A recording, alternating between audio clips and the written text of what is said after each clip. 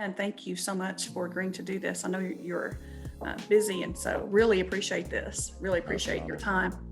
So, I guess we'll start off with could you just share a little bit about your background and what led you to education to begin with, and just some about the pathway that has led you to where you are now? Sure. Well, I'm originally from New York City. I'm one of three children. I'm a first generation college graduate. My mother worked as anybody who worked with will tell you she was a reading teacher, but she was a paraprofessional in New York City for more than 30 years. And my dad was a police officer in New York City. In seventh grade, my teacher pulled me aside. She was from Atlanta, Georgia. She told me about the history of Morehouse College. And when she was done talking with me, she looked at me and said, "You're going to Morehouse College." And that was pretty much that. So that I talk a lot about teachers being influencers. Sometimes when we realize it and when we don't. I'm not sure what her intention was that day or if she realized the impact, but I applied to one school 5 years later and attended Morehouse here in Atlanta. I went to school for political science, thought I was going to be a lawyer. I watched a lot of LA Law in the 80s and 90s and liked the fact that there was a white guy there, Corbin Burnson, who wore double-breasted suits, got all the girls and argued and won arguments in court. And then there was a Latino brother, Jimmy Smits, did the same thing. And then there was a black brother, Blair Underwood. And I'm thinking to myself, I want to be a lawyer. That's a pretty good gig. They get to argue, get all the girls, drive the nice cars. And then a very influential professor from Spelman College came to me and just basically said, "The children need you, and I have a program for you." So I switched gears and attended, I got my master's from University of Bridgeport in Connecticut, elementary education, and became a school teacher. Loved every minute of it. And my wife says I have restless spirit. So eventually I needed a change, fell in love with leadership. And from there, my next ambition was to coach and consult leaders and teachers all over. And that's what I do today. Long answer to your short question. Yes. Well, thank you. So, can you share what you think is maybe not your greatest accomplishment in education, but maybe a couple of your accomplishments that you feel like are something worth sharing, and then maybe talk about some of the challenges that you faced? Sure. Well, I've got 30 years next year, so it's hard to narrow things down to one. I'll tell you one of recent memory. I've had the great just fortune and honor to be somewhat recruited to this work, even though I accosted him first, by Rick DeFore and his wife, Becky DeFore. You know, he, along with Jeff Jones from Solution Tree, they kind of opened the door for me to do this kind of work. And one of my greatest things I take most pride in was, once I learned who Rick and Becky were, along with Dr. Bob Aker, and God rest their souls, Dr. Rick and Rick DeFore, I got to spend hundreds of hours, scores of days at events and conferences working together. My family, they became family friends. Our family spent time in their homes. And one of my proudest moments is that I never took 1 second of being around them for granted, whether we were playing tennis or he was critiquing some of my work or helping me to edit a book. It didn't matter. If we were breaking bread at dinner or, delivering content together, I never took 1 second for granted. Not 1 second. And we were very familiar. We were very familiar friends. And so that makes me proud. And also, I guess my other proudest moment is it's not a moment in education, it's more of a mindset. I've never been the best teacher in the world. I was never the best leader. However, I walked into education with, what I call the thermostat mindset. And so my expectations were never based on kids. They were never based on the population. It was never based on the class I got. It was never based on anything except what I believed expectations should be. So I was a thermostat teacher from day one. I had a very ideal mindset about what my class should look like, what I should expect from them. And so I set the temperature, I set the thermostat really high. And no matter where the kids came in, what their temperature was when they walked into the class, my goal was to grow them to it. And if I had something that had grown past my expectations, then I've got to raise my expectations. But my expectations were never based on my population. I worked in districts that were very well funded and my expectations were high.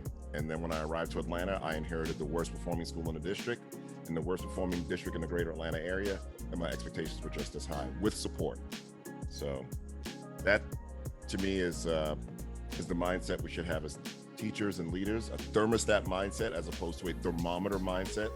Way too many schools base their expectations on what they see coming in the door. And at best, progress is going to inch along.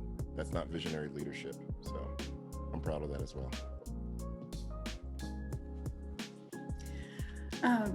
This past year has brought a lot of challenges for everyone in terms of the pandemic and COVID.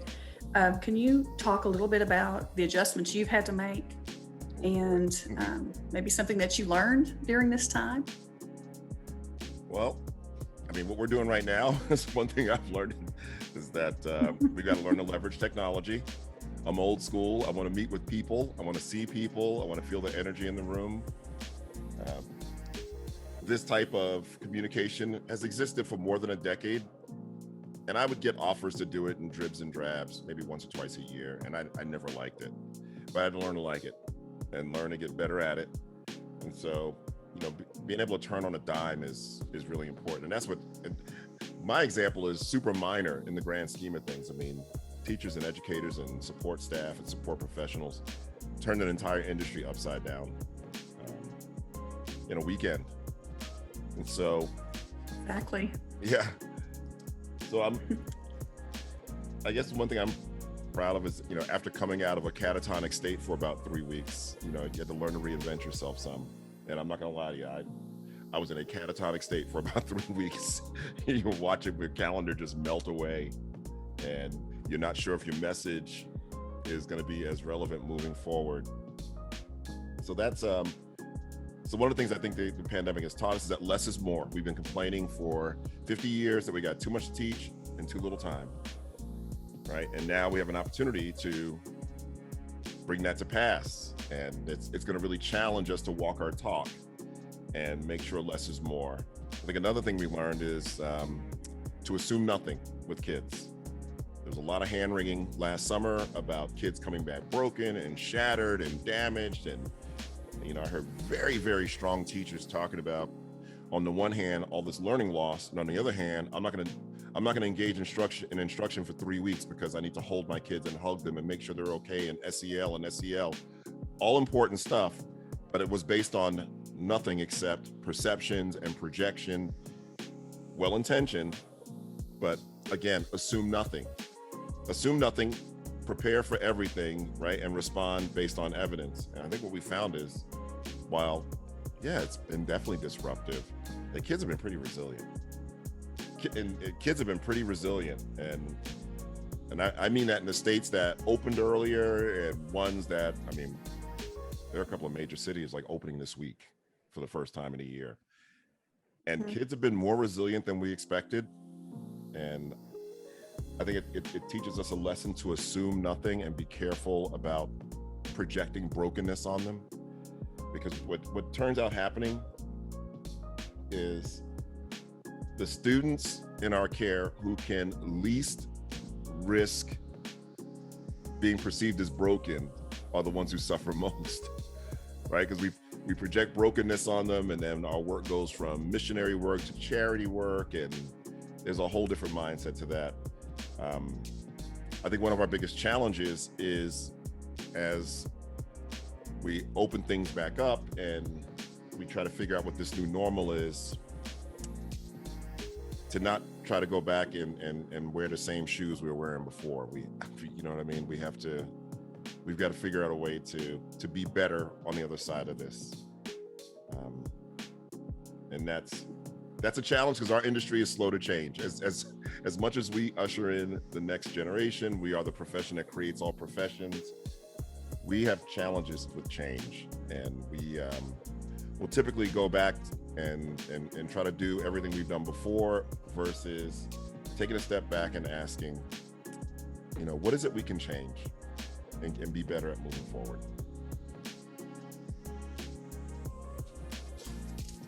Hey, in terms of leadership, what advice would you give or have you given to new leaders stepping into an administrative role for the first time? To an assistant principal role, principal?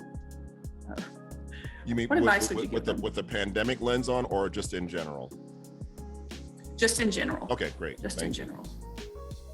So advice I give to new leaders, assistant principals or principals is, and it sounds so cliche, but why drives everything? Why drives everything? This is mission-driven work, and your number one task is to hunt, gather, protect, and defend. Is to establish what we're about, why we exist, why do we do this work? Is it learning for all or learning for some? And then your next most important role is to hunt, gather, protect, and defend for your classroom. The adults are your classroom. Sometimes new leaders want to be everything to everyone all the time. And they're visiting classrooms and taking small groups of kids and so forth and so on. I'm not saying those things aren't right. What I'm saying is sometimes that gets in the way of your priority, right? For a classroom teacher, the kids are their classroom, like that's their classroom. For principals and assistant principals, the adults, that's your classroom. So make sure you're taking care of your adults. And the most important, the thing I learned the hard way is buy-in doesn't occur on the front end. It doesn't occur trying to convince folks or PD folks into buy-in or article them into buy-in. You build shared knowledge those ways, but ultimately buy-in comes from everyone engaging in work and then getting new experiences and results from engaging in the work. And then buy-in happens. When you get new results, when you get better results, that's when people buy in. So that's a lesson I didn't learn early on. I tried to convince, persuade, guilt people into doing the work. And when I realized that part of what makes leadership a challenge is you got to ask folks to do the work sometimes before they think they're ready to do the work, before they want to do the work, before they might be excited to do the work. You got to provide them with a why, a reason to change. And you can provide them with the resources and supports to execute that change. And then the biggest task for me was to make sure everyone was engaged in executing best practice.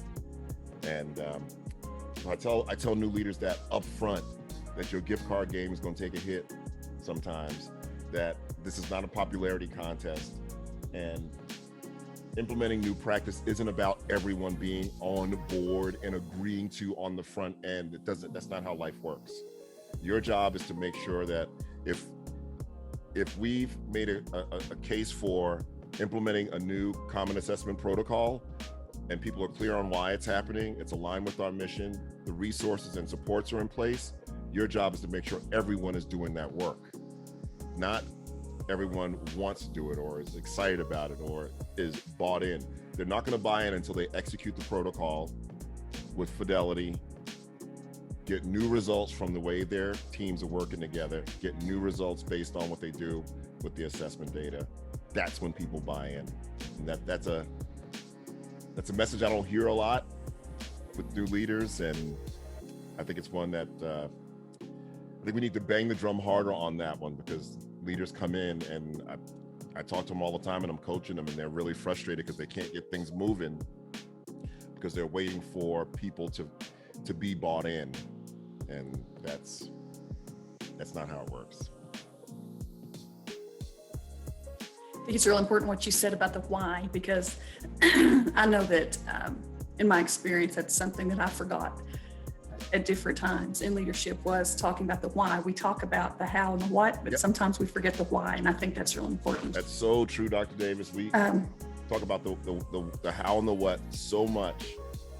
And sometimes we don't even start with the why. And then when we do, we expect the 1 or 2 times we talk about it, like pre-planning days, to carry us through the whole year. And that's just not how why works. I use the example of Chick-fil-A a lot. I've never gotten bad service from a Chick-fil-A. I may have some fries that weren't done as much as I want them to, but they'll take care of that right away. I've never had a bad service experience at a Chick-fil-A, and I've been to ones in the hood, in the suburbs, in really nice areas, in tough areas. It does not matter. It doesn't matter what city. I travel the nation. I've always had positive experiences. They all sound like they mean it when they say my pleasure. And I've asked why. Like, why is that? Do they just find people who just wake up in a good mood all the time, or folks who have no trouble going on in their lives? No. They talk about that why, like that part of their customer service. They are constantly talking about it, constantly reinforcing it, constantly holding up examples of when it's working, constantly addressing examples of when it's not working. They do it to the point of what Rick DeFore used to say, bourge redundancy. And that's why you get 99.9% of people tell you get a positive experience every time you walk in there. It's because that why is at the center of everything they do. And we've got to do the same thing. The culture. It's the culture. Okay, my next question. What do you think, in your opinion, what do you think public education might look like 20 years from now in terms of, I know this is a loaded question, I guess, but in terms of equity, and what do you foresee education looking like? And I know earlier you're breaking up just a little bit. You said in terms of equity. You broke up just a little bit. Yes, and technology. Mm-hmm. Technology. Can you hear me? Yes. Wow, what's happening here? I can hear you now. Is that better? Yes. Okay. Sorry about that. Okay, so yes, in terms of equity, funding, just the entire educational world, do you see that changing a lot, or what do you foresee that to look like in the future? Boy, that's a great question. I'm relatively apolitical, and I don't mean national politics. I mean in terms of district leadership and board leadership and legislation and how all that goes. I'm kind of a nose to the grindstone. Like wherever I am, that's what I focus on most. And so I've not ever moved past school leadership. When I know what I wish for. This is less about trends. I'm not super versed in trends, but what I wish for is a way for us to delve a little more into personalized learning. I don't have the how yet, admittedly. I had the honor of keynoting the National Alternative Education Conference a couple of years ago. And there I got to engage with the best alternative education programs around the country, and then subsequently got to work with some of those schools, on their campuses. And what I found is they have a way of, the best of those schools have a way of implementing personalized learning in ways that we at brick and mortar regular ed schools have been talking about for years. And I know that a lot of those schools have kind of a stink of, those are the kids that this is the last resort, and they've been XY not successful in the brick and mortar regular ed setting, and so they're at the school. But we got to clear some of that fog away and really look at what they're doing, because the best of those schools engage kids in personalized learning in ways that we only talk about. So I wish that for them. My other wish, right, and this is more of, again, I'm not answering your question about trends, but I'm hoping that I keep banging the drum and someone listens. I would love to see things like what my colleague Brian Butler talks about. I want to see the gifted curriculum be the floor of every classroom, like the floor, like that's where we start. And it's more about the mindset and approach to it, because there's a self-fulfilling prophecy to when you walk in and you've been told these kids are gifted, you know, how we approach them as teachers, how we talk with them, and how we give them a reputation to uphold, how we make, you know, we teach at the highest level of the standard and scaffold is appropriate. A lot of the things, those elements of gifted education should be the floor of every classroom. Because again, the best gifted educators I've seen are visionary. They don't base their expectations on the kids when they walk in. They've got this place where they're gonna take them. It's up here, and I'm gonna grow every kid to it. As opposed to what we typically do, you know, on the regular ed side of things is we see the kids coming in, we see their issues, we see where they're from, we do all this math in our heads, and then we calibrate our expectations that way. So I would love to see gifted education, the approach to it and the curriculum be the floor of every classroom. And that way, every student has access and opportunity to high levels of learning. Every kid has access and opportunity to that kind of very invigorating and engaging instruction. And then kids who come in who are actually more proficient than others because of their backgrounds or their background knowledge, they also have a place to go. So they're not, you know, your kids who come in more prepared or more proficient aren't left twisting in the wind, because that's a problem as well. I acknowledge that. So that's my wish. If those are the two things I think about a lot moving forward. Okay, let's talk a little bit about your work in Arkansas. I know that you have been having sessions with the Arkansas River Educational Co-op, which is, I'll have to give a little shout out to my friend Mike Walker there. He invited me to attend those this year, and they've been wonderful. I've really, really enjoyed those sessions, and I'm looking forward to the next couple that we're going to have with you. So could you talk just a little bit about your work with them, how that came about, and kind of what your goals are, I guess, or what they were for this year in terms of those sessions that you've led for us? Well, it's a great question, a great segue. And I too, you know, like I told you in the email, you know, I have your Arkansas organization and Mike Walker, he didn't know this, but I mean, he reached out to me at a time when, you know, my calendar was melting before my eyes. And this is not a hobby for me. This is what I do for a living. And so even though he didn't do that because he knew my calendar was melting away, but just the timing of it has made me very loyal to Arkansas and that organization. And I've loved every session we've done. My overarching goal with those leaders was to simultaneously acknowledge the insane challenges they're experiencing this year and treat them like they're gifted. Those are my two goals. Like I'm gonna try to empathize, but I'm telling you, I'm coming in hot and I'm gonna treat you like you're gifted. So I thought the best approach would be there's gonna be a new normal at some point, right? There's gonna be a new normal, and the major parts of our work are gonna be the major parts of our work, even when we come out of the other side of this. So my approach was to prepare you for that. So my goal was to approach leadership not as if everything was fine, not as if there's no pandemic that exists, but you know, one of the first things I told the group is, I know we're in a pandemic, I know things are crazy, but we're open for business. We're open for business. And in our field, it's easy to get caught up in all the things that aren't working, all the things that are wrong, and all the things that are challenges. And I'm gonna say this, it may not be popular, but we tend to spin out into what I call martyr mindset, like martyrdom, victimhood. And I go on social media every once in a while and just like peek with one eye open, one eye squinted, and you just see folks going down these rabbit holes about all that's wrong. And a lot of it is true, that's the thing. But what can we do? We're open for business.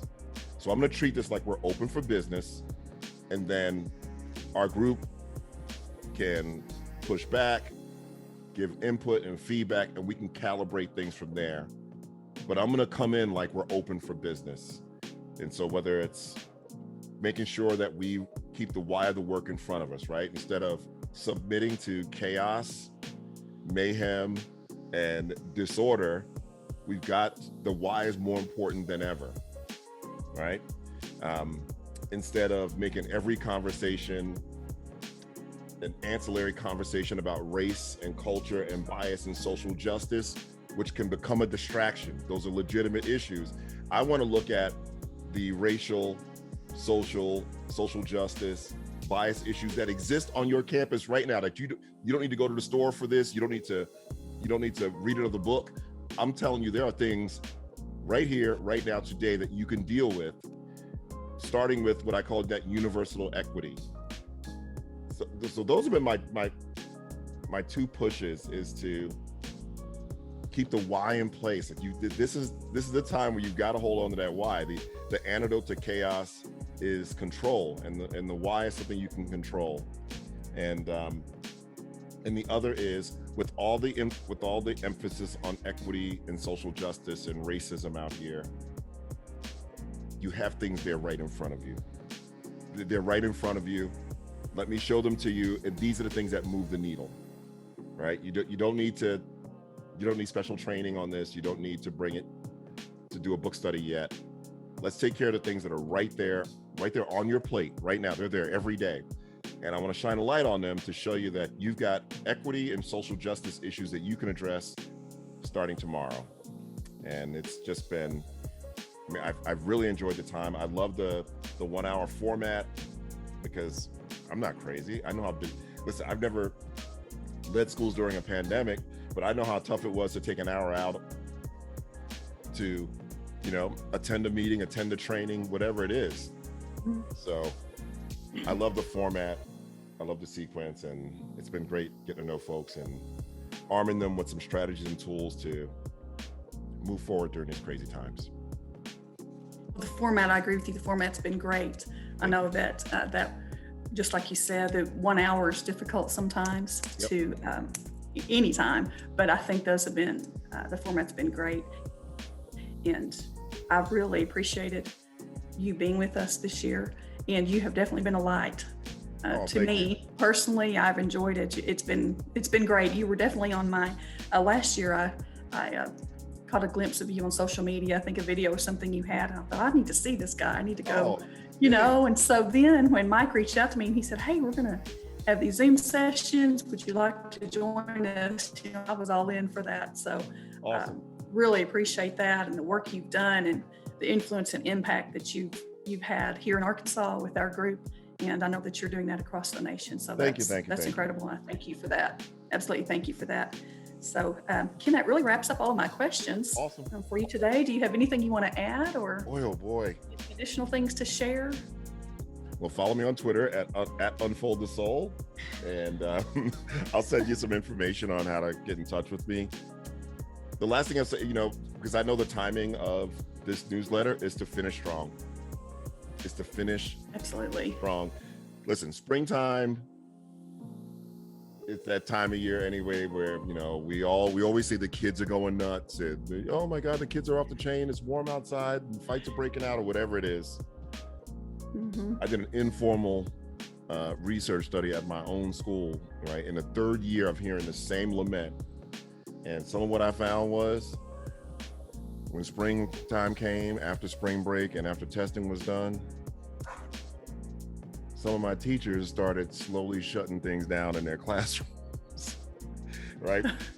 Displays start coming down. We start moving from showing a quick YouTube clip to watching full feature movies, the 2-3 extra recesses here and there, things like that. When we start breaking routine with kids, like it contributes to some of the springtime mayhem we want to put on them completely. It's not always them. It's that breaking routine. So that's one thing. Finish strong. We can't talk about learning loss on the one hand and then kind of shut it down when it starts getting warm on the other hand, right? Whether your district is doing testing or not, doesn't matter. Prepare kids for next year, finish strong. We're gonna feel so much better about this thing. Don't succumb to victimhood. Everybody's catching hell all over the place, and we've got a choice whether or not to succumb to it or find something we can control. Less is more. You can't cover everything you did last year, so constrain the properties and stay focused on the work. And lastly, take a moment when it's all said and done, and just some quiet moments, if not by yourself, but with your staff, and acknowledge some of the things you learned from this year. You know, acknowledge some of the things you learned, how you got better, and how we're going to get better moving forward. And thank you for this opportunity. Absolutely. Well, thank you so much. I appreciate your time. You're welcome. You're welcome.